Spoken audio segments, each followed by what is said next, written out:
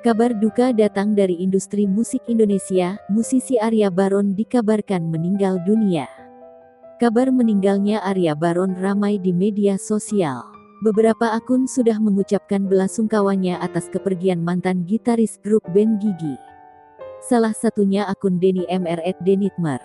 Akun yang berteman dengan akun Instagram ofisial Arya Baron sudah menyampaikan kabar duka itu. Sebelumnya, Arya Baron sempat dinyatakan terpapar COVID-19. Bahkan, Baron pun dikabarkan membutuhkan darah untuk mengembalikan lagi kondisi tubuhnya. Kabar tersebut disampaikan langsung oleh Arman Maulana, vokalis grup band Gigi dan juga sahabat Arya Baron belum lama ini.